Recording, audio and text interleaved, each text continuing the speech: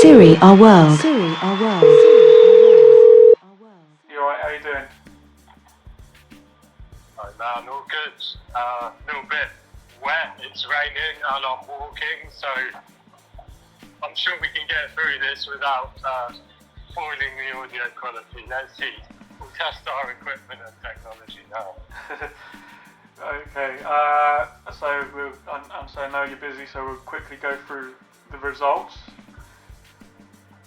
So Udinese beat Cagliari 2-0, Torino beat Como 1-0, Napoli beat Lecce 1-0, the Bologna-Milan game ended up being postponed, Atalanta smashed Verona 6-1, Parma-Empoli 1-0, Monza-Venezia 2-0, Lazio beat Genoa 3-0, and the big games, absolutely amazing to watch, Inter-Juve 4-4, Fiorentina 5, Roma 1.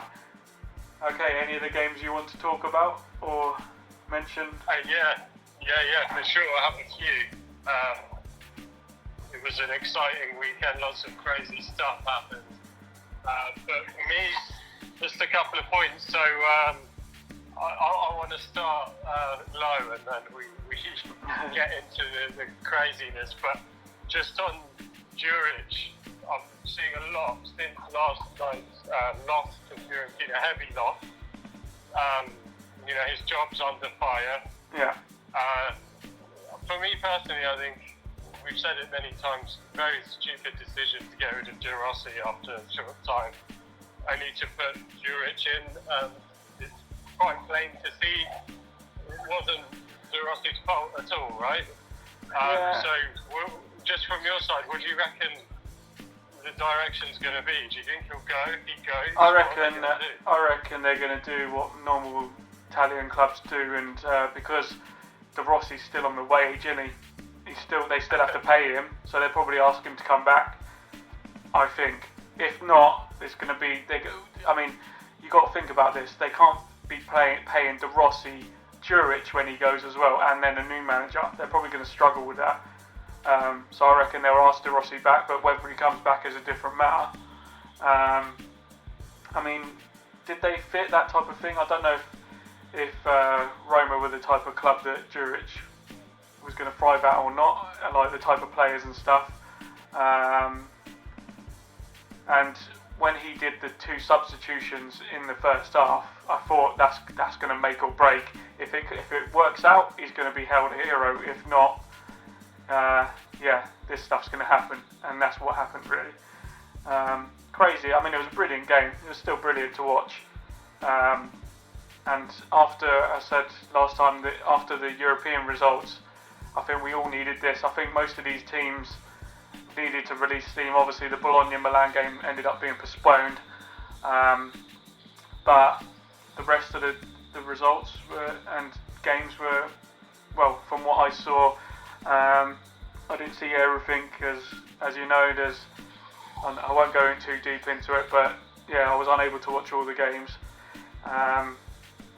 But what I did see, especially on Sunday evening, it not reminded me, but it helped me get through it, and it showed what Serie A is about, and that is Serie A. In just those 2 games, the Inter-Juve and the Fiorentina-Roma, if you watch them from 0 to 90 whatever minutes it ended up being, that is Serie A in a game, really, isn't it? That was a good point, actually. So I think, this game week, this round, it's like a sign to lift you up. It shows. It's like a good advert for anyone. We have game rounds like this. They're a good advert for the league. You'll get the same old. Even the commentators commentating on the game, which is their job, they'll be saying, "Oh, and if you thought Serie A was boring, defensive, think again. Yeah. Look at this." They'll be saying that all the time, but this was a good advert. Not so much for some of the teams involved, but it was great, very entertaining. Yeah. Atalanta's game, Inter-Juve and then Fiorentina-Roma, amazing stuff. Yeah. Yeah, from my side, I did want to just mention just again about Roma.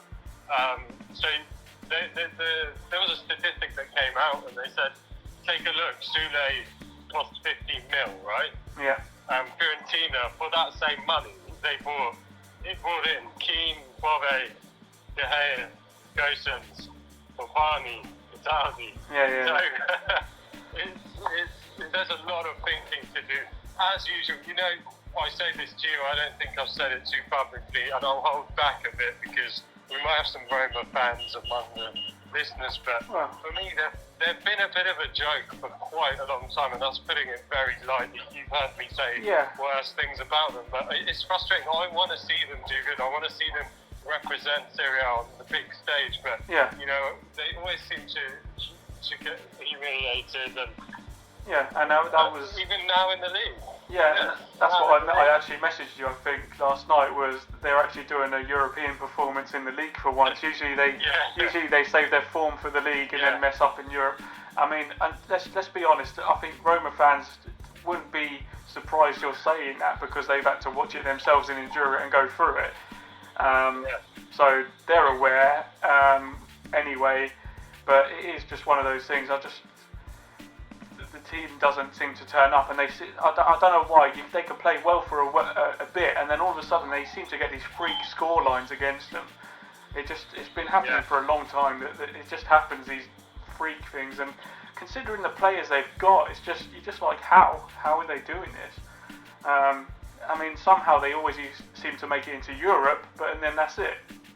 So yeah, and it is tougher now, isn't it? Like we say quite a lot.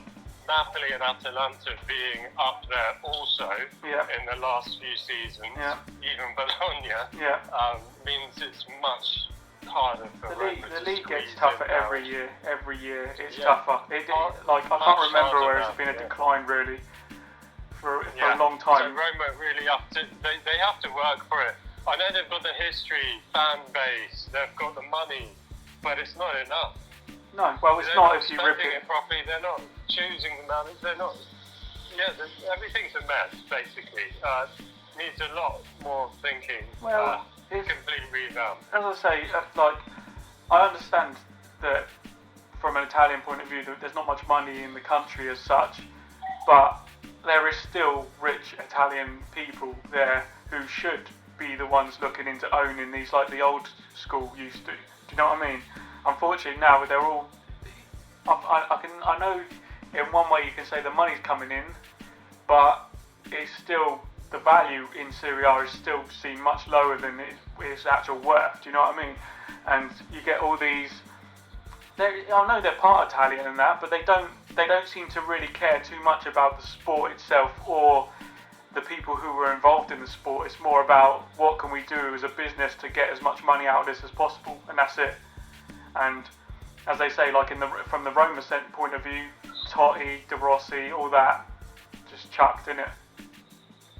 Yeah, exactly. Just don't give it down. Speaking of Totti, have you seen? I know we mentioned this the other week, but he's come out again. Yeah, so it's I not a joke. Joking.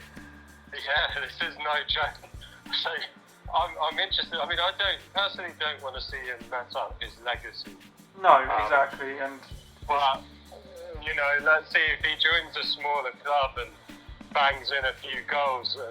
I'm all for it. But on the flip side of thing, I think that people, I was saying outside of the league, might even use that as an excuse to say, look, you've got a 48-year-old in your league scoring and stuff like that, and make out that that's easy and whatever. Do you know what I mean? Twisting the actual thing about it, but I don't know. I know you haven't got much time, so do you want me to quickly run through the midweek games? Just before that, I just wanted to touch on a couple of these other games. So just quickly, Happy Retegri's still scoring, still killing it, still got his name there as the striker for Spalletti to choose. That's good. Well, all the Italian strikers seem to be picking up. Keane's killing it as well, and you know what I mean?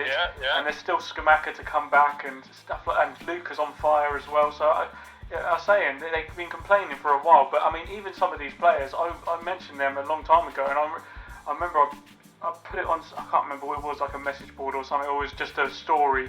I think they were complaining about Italy having no players, and I put a massive list of this was just strikers, and they were all going, no, why would they, who would pick it? And now look, they're all talking about them now. So there you go. But sorry, I just jumped in there. Yeah, and then just lastly on the Inter-Juve game. Yeah. I'm seeing. Okay, we all saw it. Mad goals, back end to end, everything. Yeah, we know that. The thing that I'm reflecting, I'm thinking about it now, and I think personally that should have been Inter's. They were in the lead a couple of times. They had a 2-goal cushion. They could have scored 5 goals. I was watching the interviews with Vieri and Ciro Ferrara talking to the two managers, and I think that's also that view was also shared there. That I think they could have scored at least 5 goals. Yeah. They should have really kept that lead, and I think is it 5 games into have won back to back.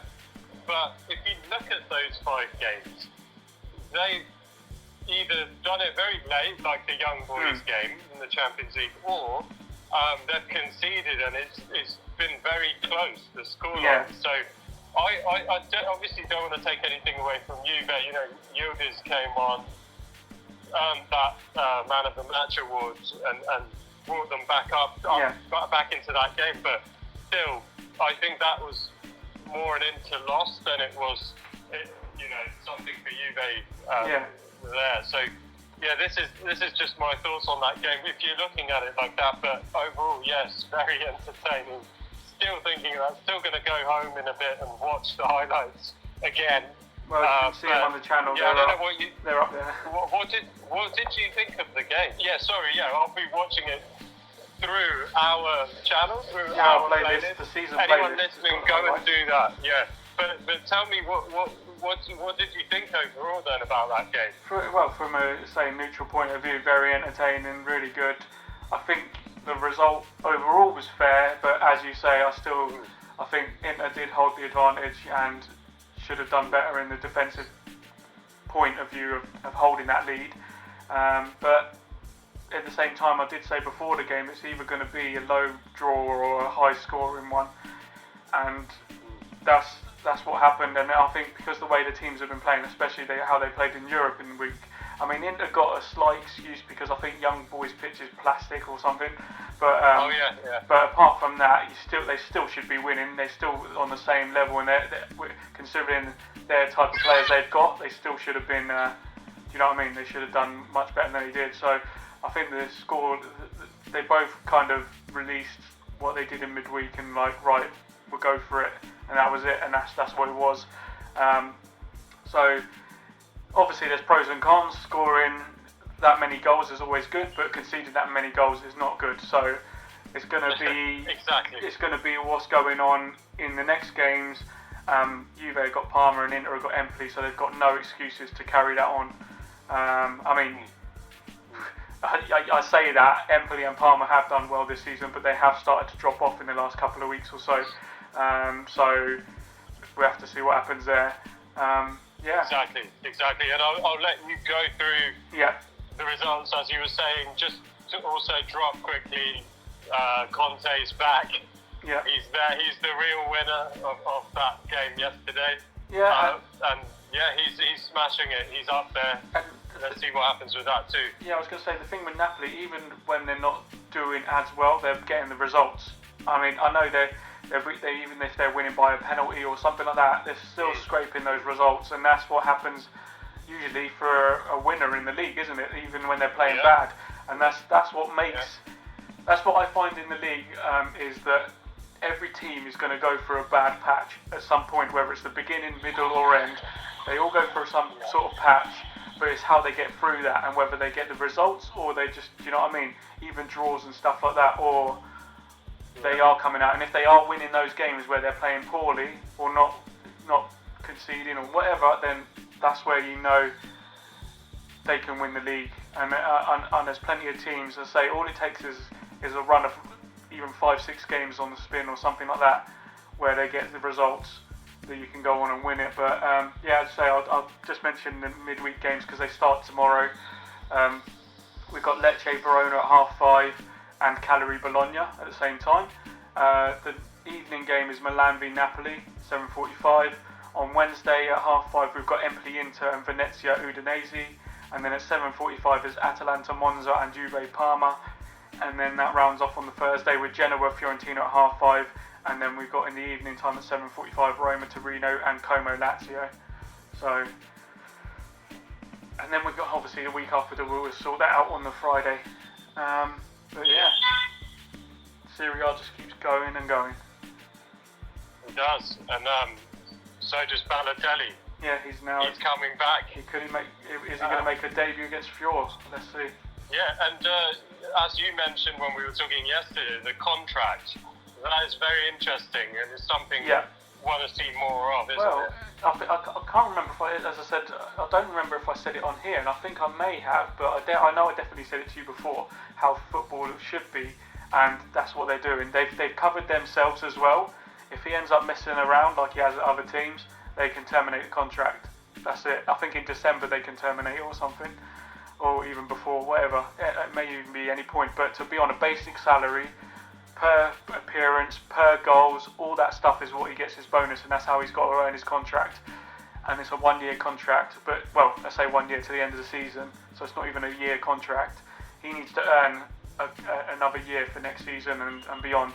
And that's how I think footballers should be, especially even when they come in at the beginning, let alone part way through a season. Do you know what I mean? So, not through season, sorry, through their career, I meant. So, yeah, I'm looking forward to him back being in Serie A, and I'm hoping that he has finally grown up, shall we say, and he doesn't mess this up. The thing is, as we know, every time he makes a move, that first season always seems to be good anyway, doesn't it? He always seems to do well his first season. It's next season. I want him to earn that contract, and I want to see what he does next season. And hopefully, he could be a wild card for Italy as well, if he can get some form. Exactly. Call up, maybe, who knows? Yeah. Who knows? There's a lot of criticism about this, saying, from within Serie A, saying that why he brought him back, he's nothing but a joke and he's trouble. But this shows it works for him and Genoa, so let's let it ride and see what happens. Yeah, I mean, he's going to have to do a big job trying to replace Retegui, isn't he? So, yeah, I think that's all I've got. I don't know if there's anything else you want to say. Just the European fixtures. So when's the first one? It caught me off guard. I think it might be next week, but I'll double check that. As I said, on Friday when we go through these midweek results, I'll have the details by then, and we can see what's going on and go through that. Alright. Yeah, cool. Alright, well, I'll sort that out, and I say we'll rearrange on Friday what's going on and look back over these midweek results and go from there. Cool. Alright, Talk then. take it easy. Bye. Bye.